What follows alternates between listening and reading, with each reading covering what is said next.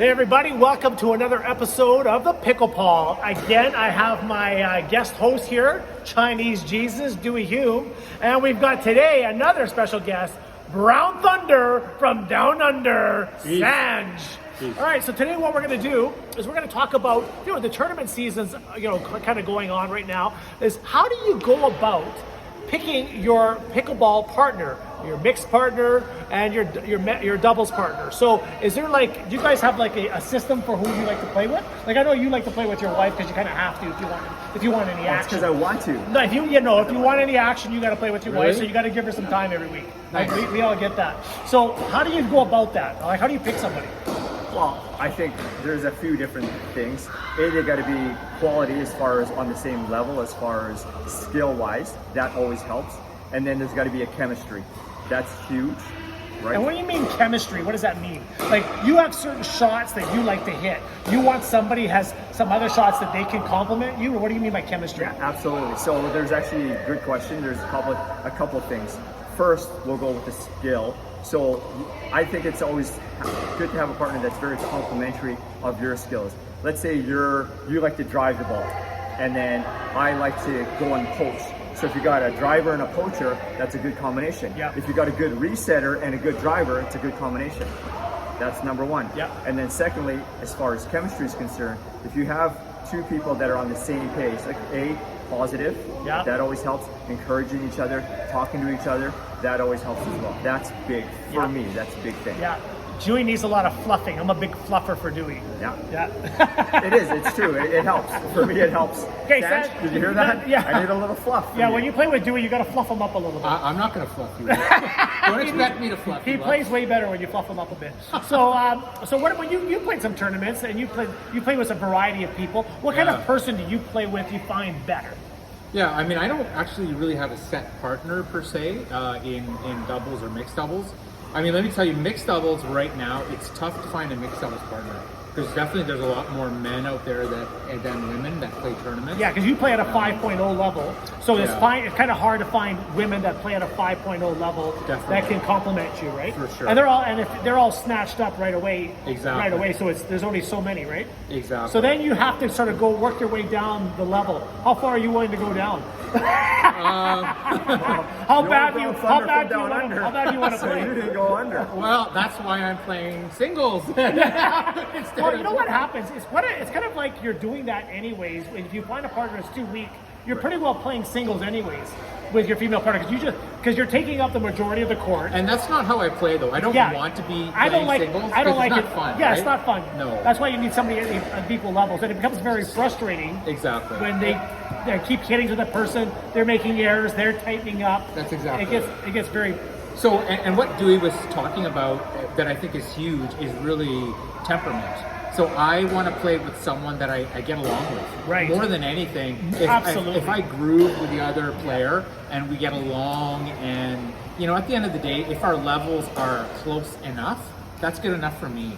As long as we get along and we're having fun and we're gelling and we can joke with each other and we give each other jokes and we rub off on each other and we're competitive and we get each other.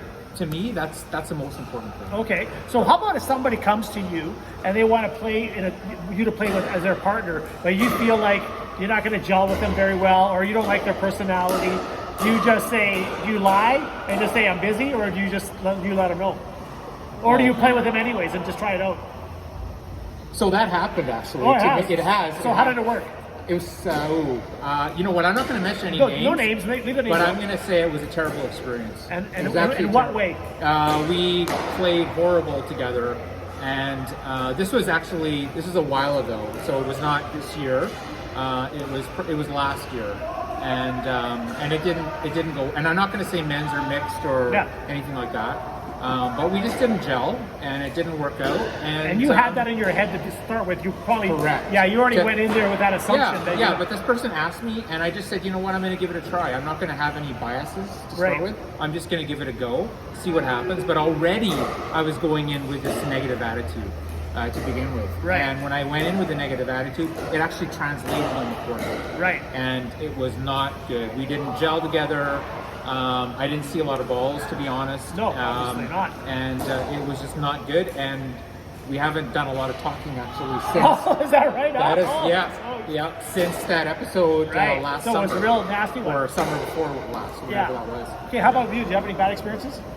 Nothing bad. Like when I go into Because you pretty well played with your wife. I'll play with anybody. And I'll with play me. with anybody. And with me. I play with him, so I'll play with Yeah, anybody. if he can stand me I on the also court, play with him, so I'll play with the frickin' anybody. the two most obnoxious people on the court that are just yelling and just screaming. Yeah. Two hardest guys to play with, I play with them. So you know I got to be a nice guy. But seriously speaking, I will play with anybody. The only thing is that you got to just have your expectations going in. What are your expectations going in? And if your expectations are just real and, you know, I think that's the key. Because you want to have fun. Yeah. I don't want to go in there and be a dick and go in there and take all the balls and they have not having fun. Yeah. So Then you're not playing doubles. then you're not playing. You're playing. But You're that's playing fine. mostly singles, and there's a person sort of on the court in your way, more than anything. Yeah. So for me, I'm like one of the things I like to do is I like to help my partner by giving them assistance during the game because I'm so good at evaluating talent and ability. I've been a personal trainer for 30 years. I know what you do well, and I know when you're not doing your thing well, and when you go off of it. And I know, and I can tell you about that. So I need somebody who's receptive to a little bit of feedback. I'm not going to scream at you. I'm going to say, you know what? You're not doing this shot like you normally do because of this reason. You're standing too close to the line, or you're not bending your knees enough. I'm going to give you feedback because I can see it happening. And I like feedback too. Like if you see something that I'm not doing great, tell me about it. And I go, yeah, that makes sense. I'm going to start doing that. Because in this heat of the game, you may lose that perspective. How about that? Absolutely. You like feedback a little bit Oh, to some point. for sure. How about you? That's a good point, actually. Yeah. I Like- mean, to a certain. Like you tell me sometimes when we play, like Paul, you need to do this drop shot. Just today from the back court, I was driving it from the baseline. Actually, that is true. You're right, Yeah. and I told you, yeah, because we're playing Dewey, I'm trying to drive one by him. I'm trying to do a hero shot, but normally I don't do that if it was a real important game, right? Exactly. So, but I don't mind some feedback. If he picked that up, yeah, I should be driving that ball. That's a good point. I should be drop shotting that ball from way back there, right? So having some feedback and being receptive to it and not taking it personally. We're just trying to help out and having a good time and gelling. Yeah, that happened, I think last year. We were playing in a tournament together, and we were up on this team like 9-4. And then all of a sudden, the ball comes out, his favorite shot, boom, smash, side out, boom, smash, point. I wasn't hitting it very And well. then I just looked at him and I'm like, dude, what are you doing? Can you We're stop up fucking ni- doing we're that? up 9-4. Now we're up 9-6. We've been playing, we're killing him. We're playing really well. And he's like, yeah, it's a good point. And then all of a sudden, he did it, and we won. We adjusted. I had to 11-6. adjust. I had to get somebody in my head. Get my head there. So Stop doing that. you'll have to say you're good at good receptive ideas. All right, guys. So there's some little feedback for picking your tournament partner. So make sure you have fun. Find somebody who's receptive and somebody hopefully about your skill level, and that way you don't get mad in pickleball and go home and be upset for the rest of the day. Come back for the next episode.